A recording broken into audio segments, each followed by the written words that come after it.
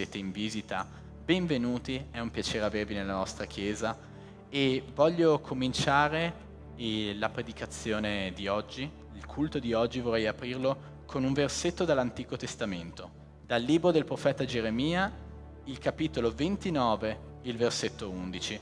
Questo è un versetto piuttosto famoso, ma penso che sia bene spenderci qualche secondo, qualche minuto a discuterne. Perché il Signore dice: infatti io so i pensieri che medito per voi, dice il Signore, pensieri di pace e non di male, per darvi un avvenire e una speranza. Queste parole vengono da una lettera che il profeta Geremia scrive al popolo di Israele che era rapito in terra di Babilonia. In questa lettera il profeta consola queste persone che sono in una situazione disperata, di disperazione. Loro erano stati presi, rapiti e portati come prigionieri in un luogo molto lontano dalla loro casa, dove si venerava un altro Dio, dove si parlava un'altra lingua e dove i loro nemici comandavano. Era una situazione disperata, cioè senza speranza.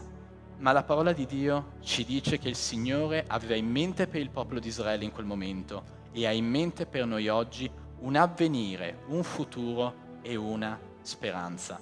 Quindi questa sera vogliamo dare un messaggio energizzante, un messaggio di speranza. La vita alle volte è molto dura, alle volte le difficoltà sono grandi, i problemi sono difficili. Tanti qua vanno a scuola e la scuola alle volte sembra terrificante. I problemi, verifiche e le difficoltà con i compagni e il bullismo e i grandi sfide di questo genere e anche i più adulti o i più vecchietti, possiamo dire qua, con il lavoro, con tutte le situazioni familiari che ci si porta dietro dopo anni e anni di vita. In alcuni momenti si guarda la propria vita e si pensa: non c'è speranza, non c'è una strada da prendere, io non so che cosa devo fare, non so come risolvere questo problema. Ma una strada c'è e quella strada si chiama Gesù Cristo. Noi qui predichiamo un messaggio di speranza, di gioia e di vita. E adesso invito tutti voi ad alzarvi perché vogliamo cantare al Dio di questa speranza. Vogliamo tutti insieme cantare e celebrare questo Dio che non ci fa mancare niente, che è sempre accanto a noi in ogni difficoltà e giorno dopo giorno provvede per noi. Cantiamo insieme.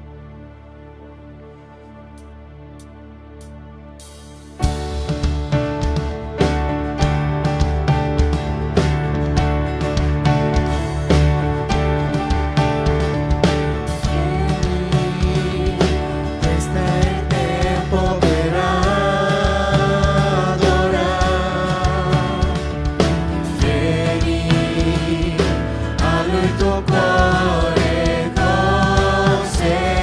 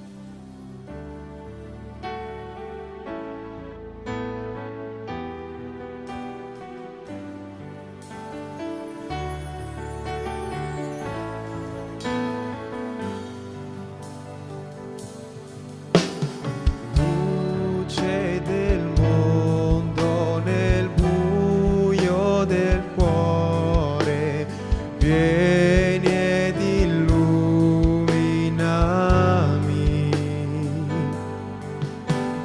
Tu mia sola speranza di vita, resta per sempre con me.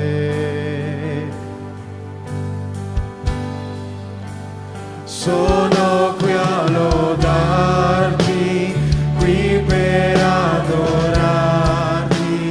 qui per dirti che tu sei il mio Dio e solo tu sei santo, sei meraviglioso, degno e glorioso, sei per me. Re della storia e Re della gloria, sei sceso in terra fra noi. Con umiltà il tuo trono hai lasciato per dimostrarci il tuo amore.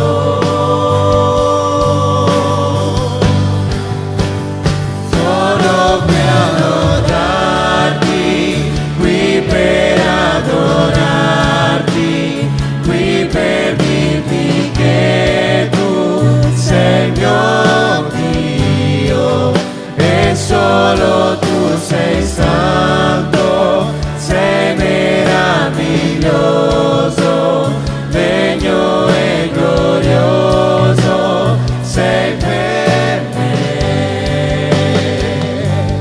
Non so quant'è costato a te morire in croce un dì per me. Non so quant'è costato a te morire in croce un dì per me. Non so quant'è costato a te morire in croce un dì per me. Sono qui a lodarti, qui per adorarti, qui per dirti che tu sei il mio Dio e solo tu sei santo, sei meraviglioso, degno e glorioso, sei per me. Non so quant'è costato a te morire in croce un dì per me. Non so quant'è costato a te morire in croce un dì per me. Sono qui a lodarti, qui per adorarti, qui per dirti che tu sei il mio Dio e solo tu sei santo, sei meraviglioso, degno e glorioso, sei per me.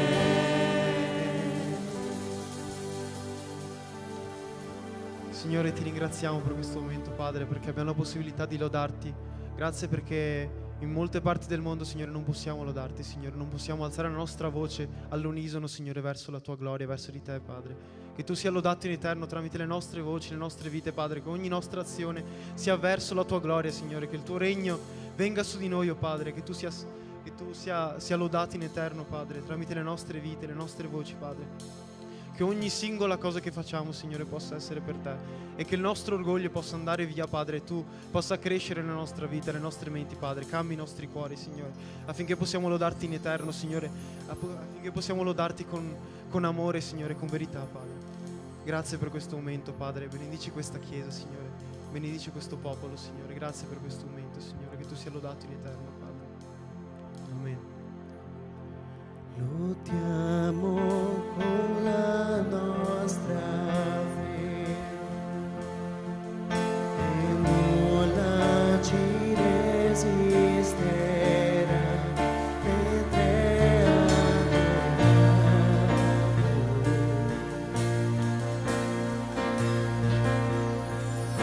in mezzo alle tribolazioni.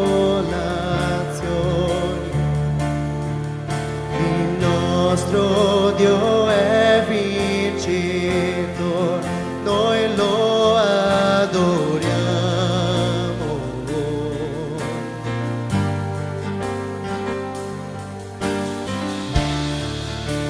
Vittorioso sei, nella tempesta stai, tuo nome infallibile, i regni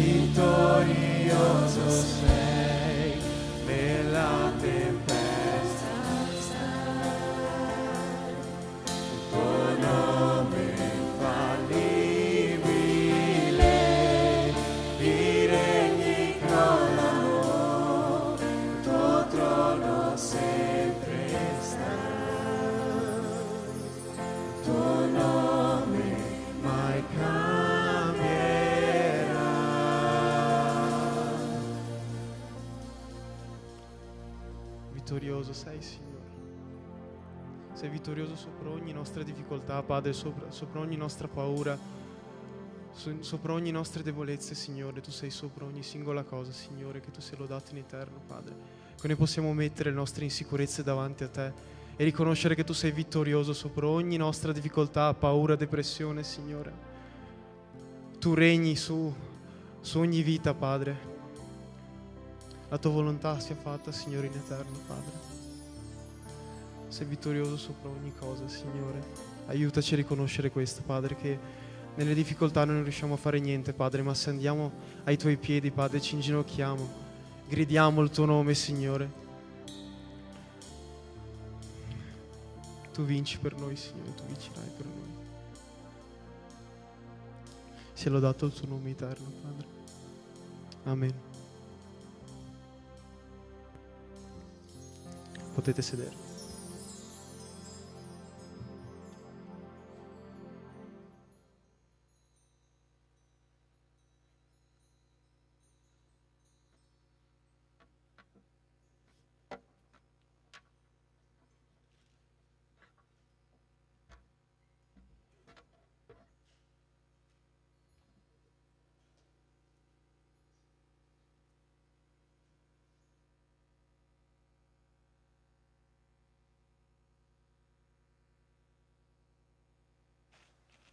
Prova. Ok, mi si sente. Buonasera. Come abbiamo detto prima, il tema di questa sera è la speranza.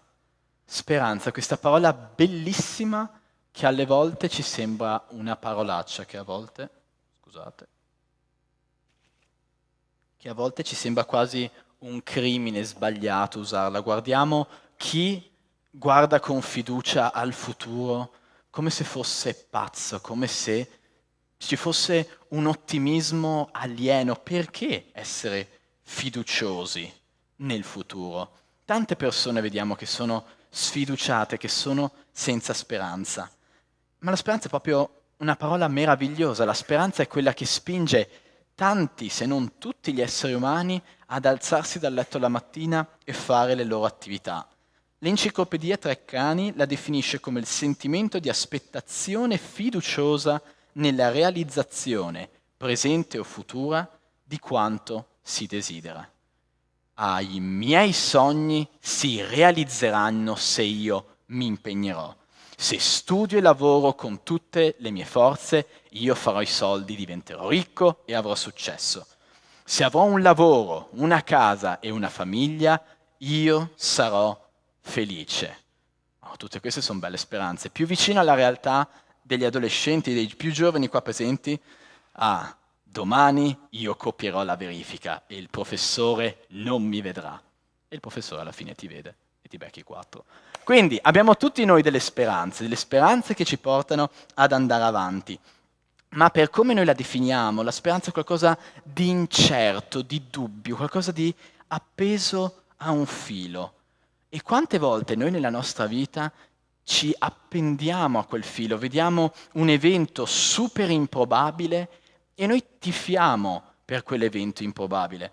Parlo soprattutto a chi è tifoso di calcio, tifoso di qualcosa là dentro, qua dentro. Quante volte la tua squadra nel cuore era la meno probabile a vincere la partita, ma tu comunque dicevi dai, ce la facciamo, anche se gli altri sono forti, vinceremo noi. Quella è speranza. E in tante storie dell'umanità, decisioni molto difficili sono state prese guidati dalla speranza. La speranza che ci sia un futuro migliore.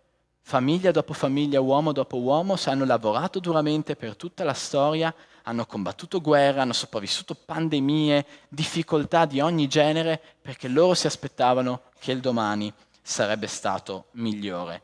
E per parlare di questo tema ho voluto portare una piccola scena di un film, dopo dico quando metterla, per rappresentare il concetto di speranza.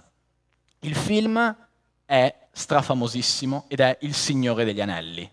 In questa scena sta venendo combattuta una battaglia tra le forze del male e le forze del bene. agli uomini che si sono ritirati in questa roccaforte e le forze del male li stanno soverchiando.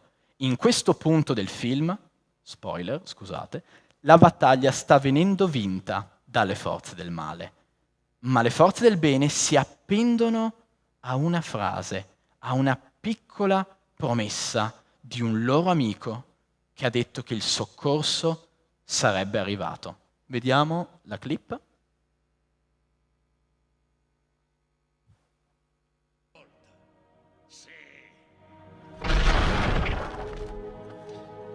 Fa che questa sia l'ora in cui sguainiamo le spade insieme.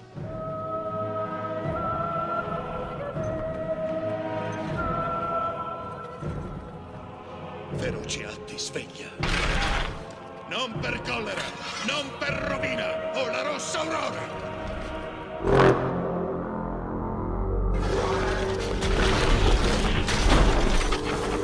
Forza e Orlingas!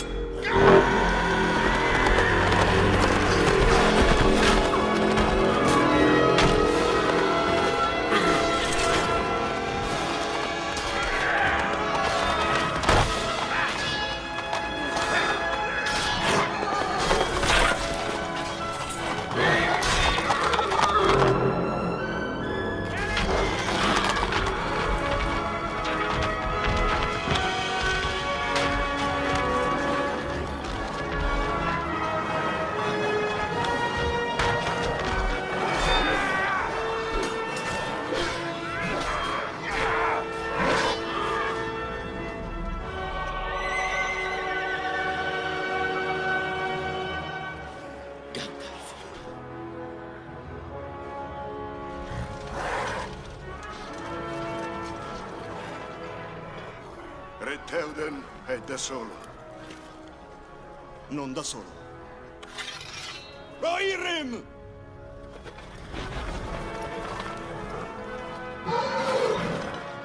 Eomer. Per il re!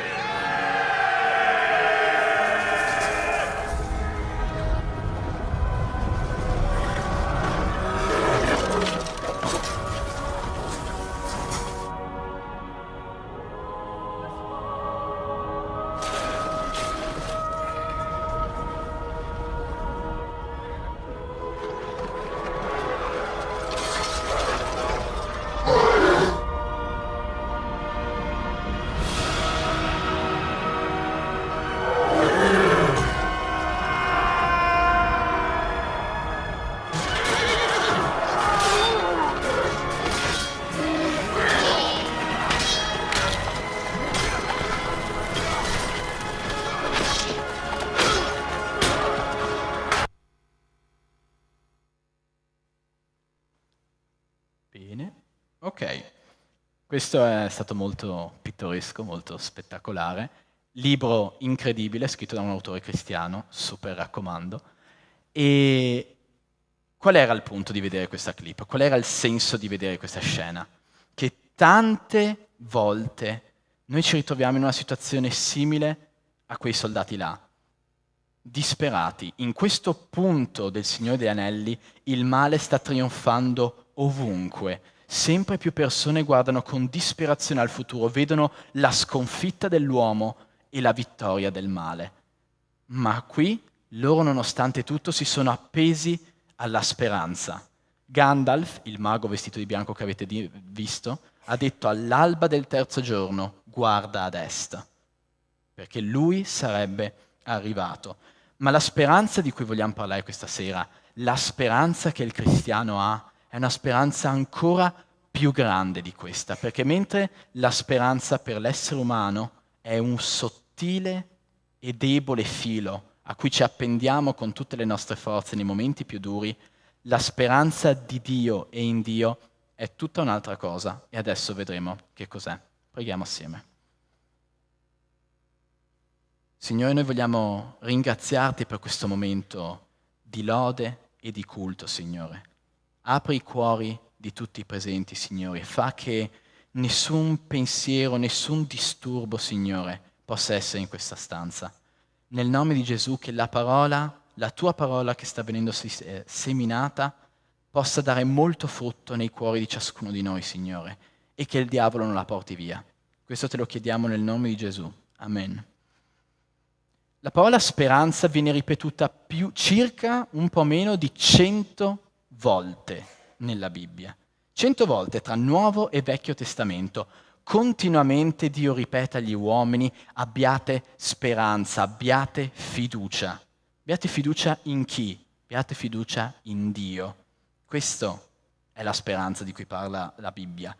Continua a ripetere questo messaggio. Ma che cos'è la speranza? Prima abbiamo letto la definizione della Treccani, ma in ebraico, nell'ebraico usato nell'Antico Testamento, le parole per dire speranza sono kawa e batà.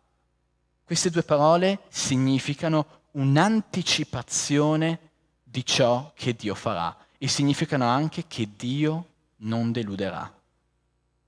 Dio agirà, Dio non deluderà. Nel Nuovo Testamento invece la parola greca che viene usata per dire speranza è elpis, oppure elpo. Questa parola significa un'aspettativa sicura del futuro, un'aspettativa sicura.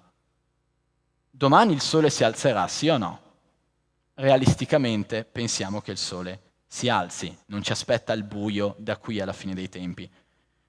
E notizia un po' più triste per gli adolescenti. Ci aspettiamo lunedì mattina che la scuola sia esattamente dove era venerdì pomeriggio o mattina? Purtroppo sì, è esattamente nel posto in cui ce l'aspettiamo. Ci aspettiamo che quando stasera, di ritorno a casa, ci guardiamo allo specchio, vedremo più o meno la stessa persona che abbiamo visto stamattina allo specchio? Ci aspettiamo questa cosa? Realisticamente sì.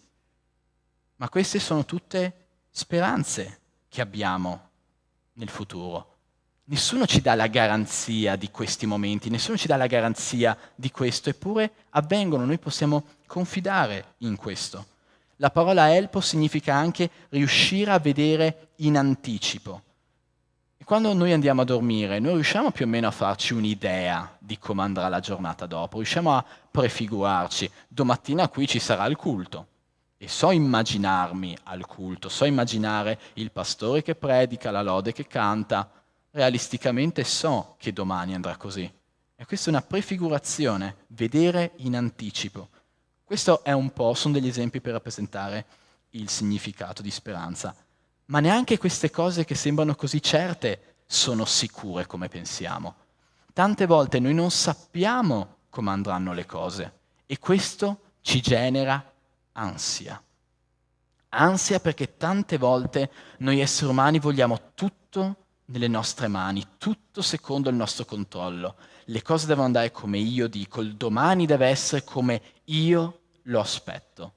Ma raramente succede così, raramente indoviniamo come vanno le cose. Molto spesso ci ritroviamo spaesati in un mondo che è fuori dal nostro controllo, ad interagire con persone che sono fuori dal nostro controllo. E allora la domanda è: in che cosa possiamo sperare? Nel nostro aspetto fisico che cambia? Nei nostri beni materiali che oggi ci sono e domani vanno via? Nella nostra famiglia con cui magari litigheremo tra un anno, tra 10 anni? In che cosa possiamo sperare? Noi possiamo sperare in colui che sarà uguale ieri, oggi, domani e per sempre. Possiamo sperare in colui che realizza ogni promessa che fa, colui che non ci lascia e non ci abbandona mai. In un passaggio del Vangelo di Giovanni, Gesù dice ai suoi discepoli: il vostro cuore non sia turbato, abbiate fede in Dio e abbiate fede anche in me. La fede. La fede è estremamente legata alla speranza. La Bibbia definisce in questo modo la fede. Or la fede è certezza di cose che si sperano, dimostrazioni di realtà che non si vedono. La fede è certezza di cose che si sperano e la speranza, come abbiamo detto, è il vedere in anticipo, è sapere che Dio agirà. La fede è certezza che Dio farà, è certezza di quello che noi vediamo in anticipo che Dio farà. La speranza del cristiano, la tua speranza si chiama Gesù Cristo.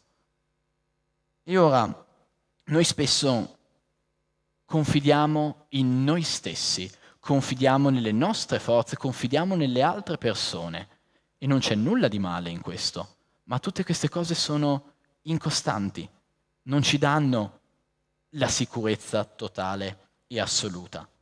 Noi spesso mettiamo la nostra fiducia in altre cose, i nostri talenti, il nostro denaro, i nostri mezzi, le nostre capacità, le persone attorno a noi. E io in questi ultimi mesi sto facendo la lettura di tutta la Bibbia partendo da Genesi 1 e sto leggendo nell'Antico Testamento tante storie in cui il filo rosso è Dio che dice al popolo di Israele: confida in me. Non posso numerare le volte in cui il popolo di Israele prende nelle sue mani le decisioni e fa disastri. Vi invito a leggere i libri storici dell'Antico Testamento perché vedete quante volte tutto il popolo o alcuni uomini del popolo dicono: no Signore, io farò come io dico. Quante battaglie Israele ha affrontato dicendo: io vincerò questa battaglia con la forza del mio braccio. Un esempio che ho letto recentemente è la vita di Saul. Saul era il primo re di Israele, che era stato unto dal Signore per questo, ma quando Dio gli ha messo davanti delle prove, dei momenti di attesa, di fiducia, in cui Saul doveva restare al suo posto e aspettare che Dio agisse, Saul non ha voluto. Saul ha voluto prendere nelle sue mani la storia, prendere nelle sue mani quello che andava fatto e l'ha fatto senza aspettare i tempi del Signore. E questo ha portato Saul alla rovina. E tutto questo discorso lo stiamo facendo perché la parola di Dio ci mette in guardia da questo atteggiamento. In un passaggio molto famoso di Geremia, capitolo 17, il Signore parla in questo modo.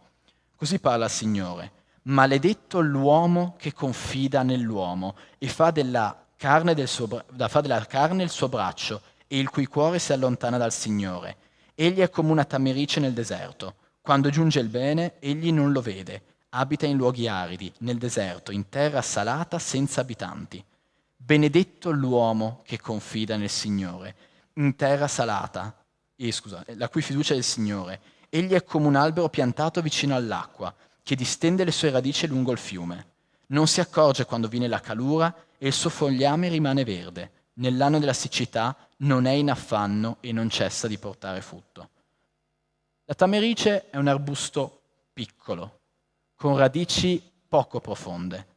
Non è particolarmente grande, non è particolarmente stabile e neanche, poverino, particolarmente bello. E questo è l'essere umano quando mette la fiducia in sé, nelle sue forze, nelle sue capacità, nei suoi talenti, nelle sue idee. E tante volte noi viviamo in questo modo, mettendo la fiducia nelle mie capacità, quello che io so, quello che io ho. Questo non significa che noi dobbiamo avere una sfiducia verso noi stessi, una sfiducia verso gli altri esseri umani, ma questo vuol dire che noi dobbiamo mettere la nostra fiducia nel Signore.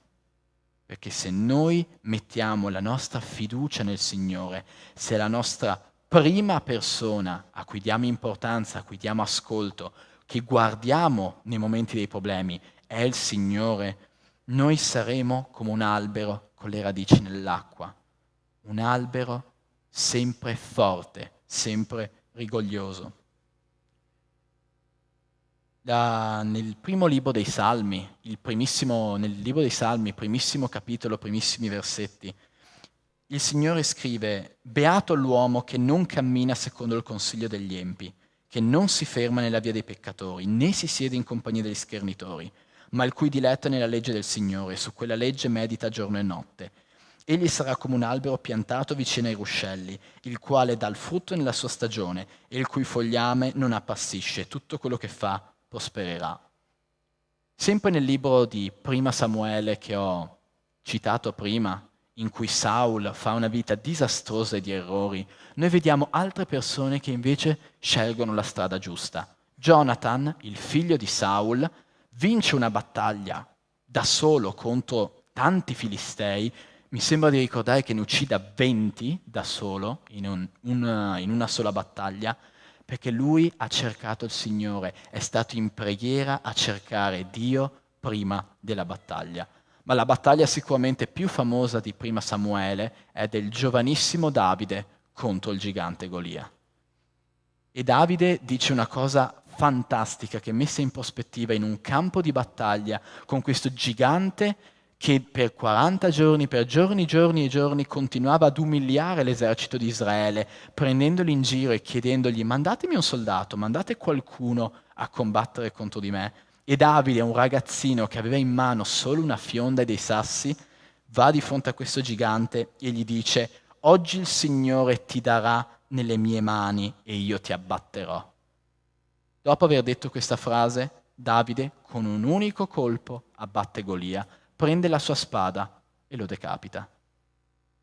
Questo è il messaggio, questa è la nostra speranza, deve essere nel Signore, la nostra fiducia deve essere nel Signore. Non confidare in cose che sono temporanee, fragili, che oggi ci sono ma domani non si sa.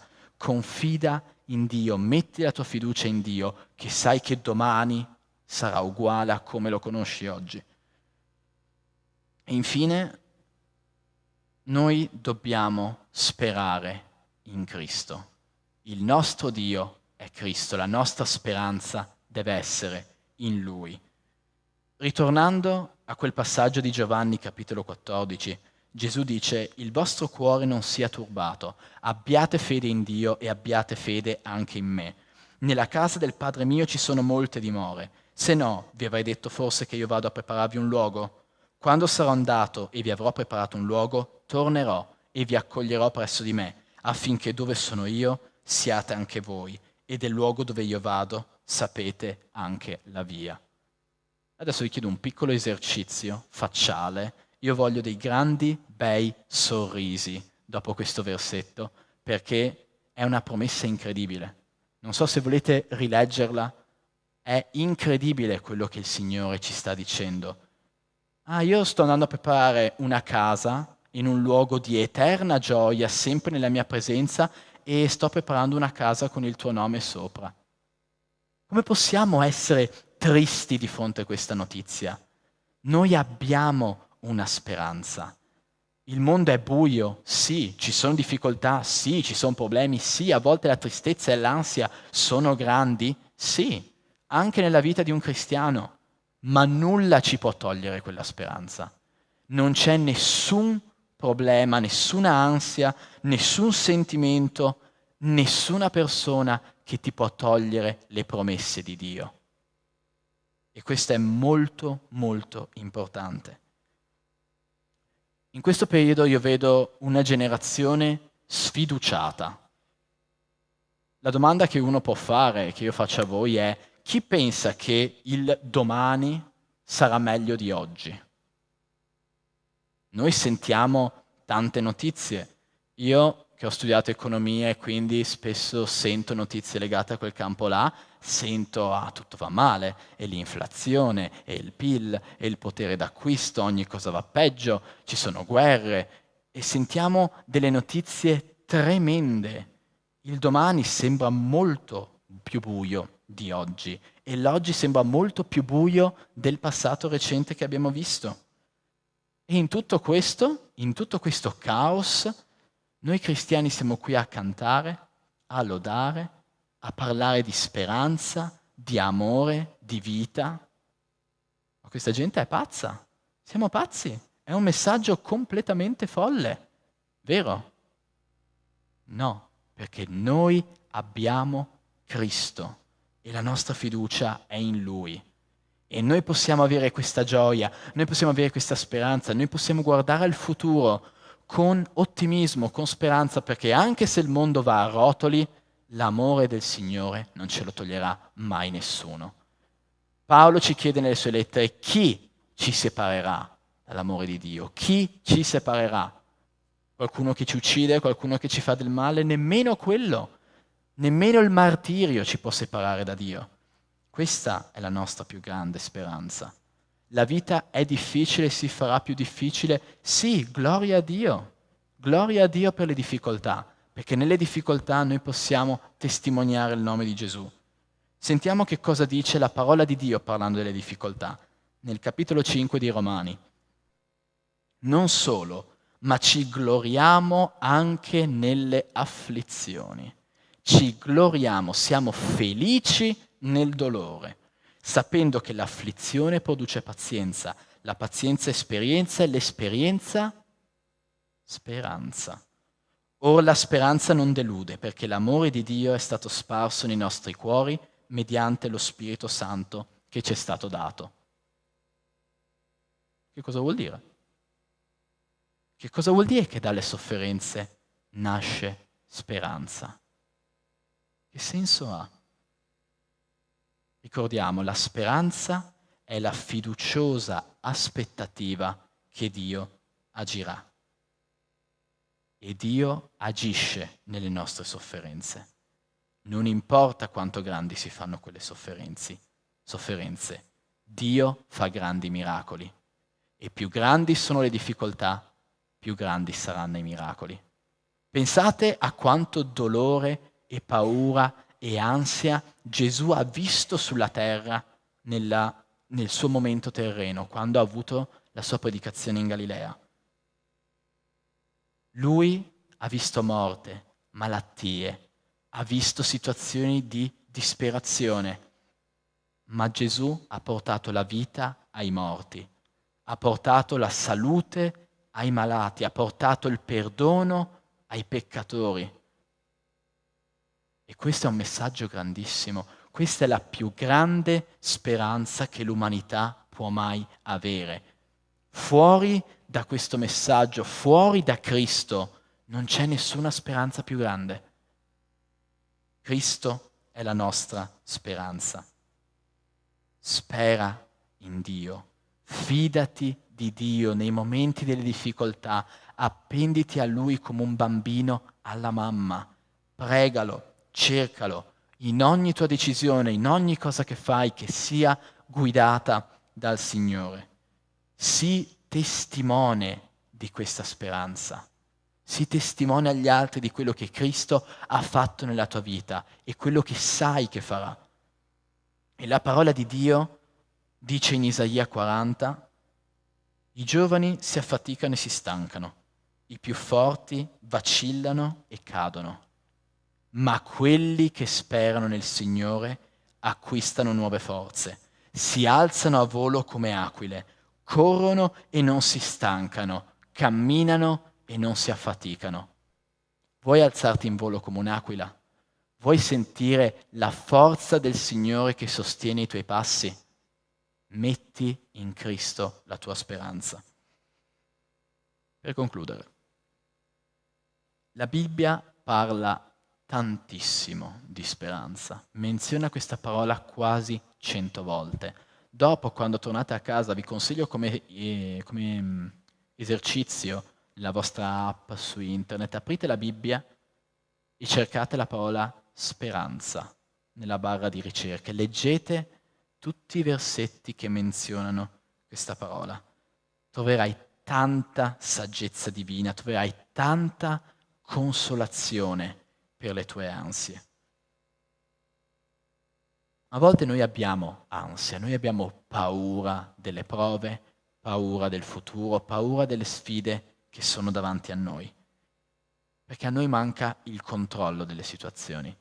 Noi non sappiamo come andranno le cose e questo ci spaventa. Ma la parola di Dio dice che in Dio tu hai un avvenire e una speranza.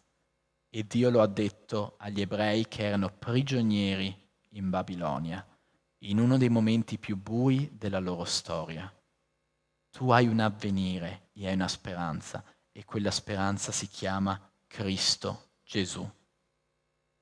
Dio non ha mai abbandonato il suo popolo, Dio non ha mai abbandonato gli apostoli, neanche nel dolore, neanche nel martirio. E Dio non abbandonerà mai nemmeno te. La Bibbia è piena di promesse per la tua vita. E la prima fra tutte queste promesse è la salvezza.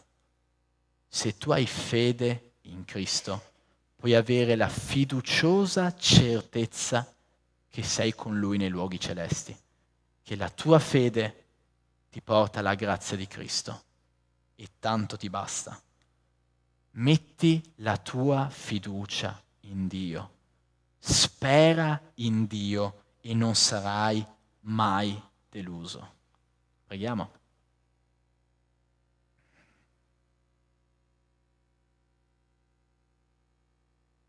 Signore, tante volte noi abbiamo paura. Io per primo, e so anche i miei fratelli qua dentro, abbiamo guardato una situazione e abbiamo pensato, le cose non andranno bene. Io fallirò. Queste cose andranno male. Io non troverò una soluzione, non troverò una strada. Signore, io ho bisogno di questo denaro e non so da dove farlo tirare fuori. Signore, io ho paura per la mia carriera, non so in che direzione andare. Signore, io sto avendo problemi nella mia relazione, non so dove girarmi, mi sembra che tutto stia andando male. Tante volte noi guardiamo a situazioni familiari, economiche, personali, psicologiche, anche sociali nel mondo, Signore, e vediamo tutto andare male. Ma Signore, Tu oggi ci hai dato un messaggio potente di gioia e di luce. Signore, Tu hai sostenuto ciascuno di noi e hai sostenuto la Chiesa Agape in tanti momenti di difficoltà. Signore, non esiste un giorno nella storia in cui Tu non ti sei preso cura dei Tuoi figli e non esisterà mai. Signore, noi oggi vogliamo mettere la nostra fiducia in Te e io ti prego, sii in questa stanza, Signore, che il Tuo Spirito si muova tra tutti i presenti, Signore, e chi non ha questa speranza possa aprire il suo cuore a Te, Signore. Io ti prego, Signore, che chi in questo momento è impaurito, è in ansia, possa mettere quest'ansia e questa paura di fronte al Tuo trono, Signore. Che Tu possa accogliere questi sentimenti negativi e che Tu possa riempire di speranza il cuore mio e dei miei fratelli nel nome di Gesù, Signore. E Signore, io ti voglio pregare per chi non è sicuro della sua salvezza. Signore, noi abbiamo paura dell'aldilà tante volte. Noi abbiamo paura della morte e di che cosa ci sarà dopo. Ma Tu ci dici di non avere paura, perché dopo la morte chi crede entrerà nella Tua festa, Signore, nel banchetto che Tu stai preparando in cielo. E Signore, io ti voglio pregare per tutti coloro che sono qui, che non hanno questa speranza, e che nel nome di Gesù queste persone possano pregare a Te e accettarti come Signore e Salvatore delle loro vite, e che le porte del paradiso si aprano di fronte a loro, Signore. E ora voglio pregare, se Tu sei tra queste persone, se Tu sei una persona che ancora non conosce Cristo, io voglio guidarti in questa preghiera. E se tu già lo conosci, rinnova il tuo patto con Lui e di nuovo cerca le sue promesse. Dio Padre, io ti prego per la mia vita, Signore. Io so che sono perduto e non troverò nessuna speranza in questo mondo. Io so, Signore, che il mio peccato mi separa da Te. Ma, Signore, io so che Tu hai mandato Tuo Figlio Gesù Cristo sulla terra perché quel divario sia colmato. Signore, Gesù Cristo è venuto per cancellare il mio peccato e per darmi la grazia. E, Signore, nel nome di Gesù io accetto il sacrificio di Cristo e io mi inginocchio di fronte a Gesù perché Lui è il mio Signore e il mio Salvatore e senza di Lui non c'è speranza. Dio Padre, io ti prego che Tu possa salvare la mia anima, che Tu possa aprire il mio cuore ed entrare, che il tuo Spirito Santo possa venire e abitare in me per tutta la mia vita. Se hai pregato così, sappi che il Signore ha ascoltato la tua preghiera. Il Signore non ignora nessuna preghiera che viene alzata al suo trono.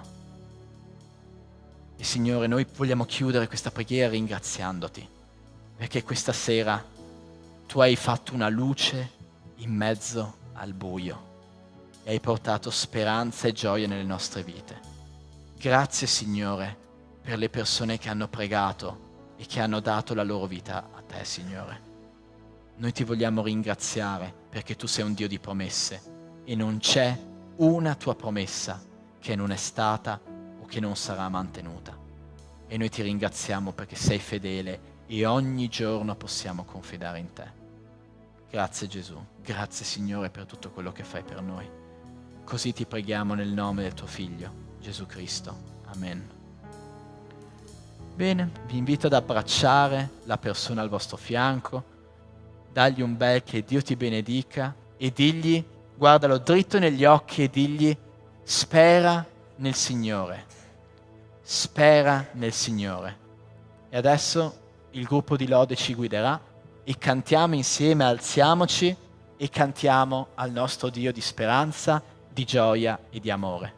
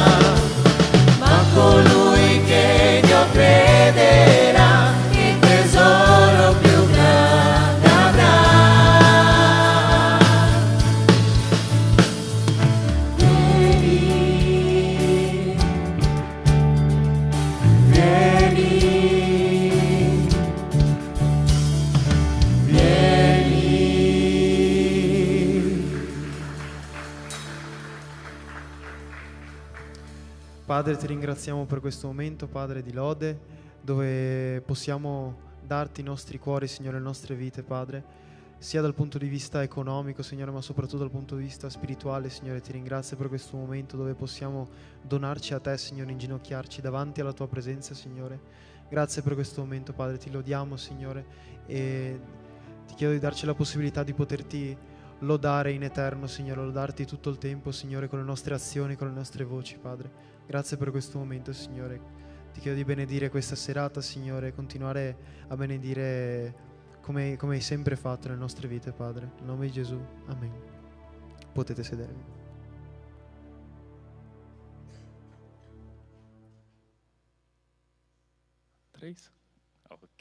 Ok. Bene, ancora 2 minuti. Vorrei ringraziare tutti della vostra presenza. Mi fa piacere vedere così tante facce familiari e non, ma in particolare c'è una persona particolare oggi, ok, che vorrei chiamare qua davanti, che vorrei presentare davanti a tutti, che è il pastore arcidiacono Giovanni, ok, presidente dell'UCEBI, che chiedo gentilmente che possa venire qua davanti e dare un messaggio a questa gioventù della nostra Chiesa. Un applauso, grazie.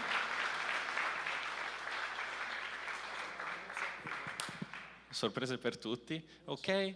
Perciò un intervento molto breve, 50 minuti, loro non hanno impegni, grazie. Assolutamente. Beh, non sapevo di dover intervenire, di essere invitato a farlo, io vi ringrazio, per me è stato veramente un grande piacere anzitutto conoscere una rappresentanza molto giovanile e gioiosa della comunità Agape, che ho avuto modo questo pomeriggio di condividere alcuni momenti, e ringrazio voi tutti per la presenza, come è stato detto, e per la predicazione soprattutto che abbiamo ascoltato. E in qualche modo vorrei dire che quella speranza a cui siamo stati chiamati rimane una speranza viva. La speranza è appunto viva, ed è una speranza viva perché contro tutte le speranze morte del mondo. Forse noi non ce ne accorgiamo, ma il mondo ci dà soltanto speranze morte. E questo è bene saperlo fin da piccoli. Io sono nato in una famiglia evangelica, battista, mio nonno era un pastore battista. Ho raccontato anche questo episodio a forma di aneddoto ormai familiare. Mio nonno in età giovanile ha conosciuto l'Evangelo attraverso un missionario americano, il pastore Whittingham, a fine 800, e si è convertito all'Evangelo e ha deciso un giorno di studiare teologia, di studiare la parola del Signore. La speranza che sosteneva il padre di mio nonno era una delle speranze morte, perché voleva che il figlio facesse il notaio o l'avvocato. Mio nonno, Giovanni Berio, decise di non fare né l'avvocato né il notaio. E per questa decisione, per quella decisione, il papà, senza speranza viva, ma con la speranza morta, con atto notarile diseredò mio nonno. Pensate che la famiglia a cui apparteneva mio nonno, Berio, di Sanremo, ancora oggi produce l'olio Berio, che viene esportato in tutto il mondo in pratica. Ecco, la speranza viva contro la speranza morta.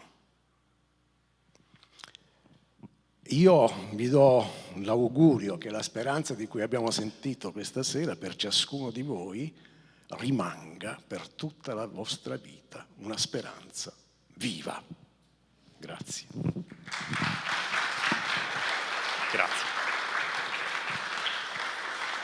Ringraziamo di cuore, il pastore sarà presente anche qui domani mattina, perciò avremo questo piacere, anche un po' questo onore. Bene, allora vi rubo soltanto altri 2 momenti per il momento che so che preferite del culto, che sono gli annunci, partendo in ordine cronologico, perciò subito stasera mi hanno detto di avvisarvi che al bar saranno presenti hot dog, ok, hot dog, 4 euro. Poi già domani 29 ottobre, dopo il culto della mattina, ci riuniremo qui di nuovo. Lancio questo appello a tutti voi che siete seduti, membri della Chiesa Battista Agape, per favore di presentarvi qua per l'assemblea ordinaria, ok? Prima chiamata all'1, seconda chiamata alle 2, quindi avete tempo di finire il culto, salutare, andare a mangiare, tornare, farvi un caffettino al bar per poi iniziare tutti quanti insieme, ok? Se hai più di 16 anni e sei membro di questa Chiesa, partecipa, per favore. Se hai meno di 16 anni e sei comunque membro di questa Chiesa, partecipa non a scopo di effettivamente fare le scelte e contribuire, ma per imparare. Ok? Io ho iniziato così, fidatevi, è una cosa molto molto preziosa. Poi abbiamo martedì che cade il giorno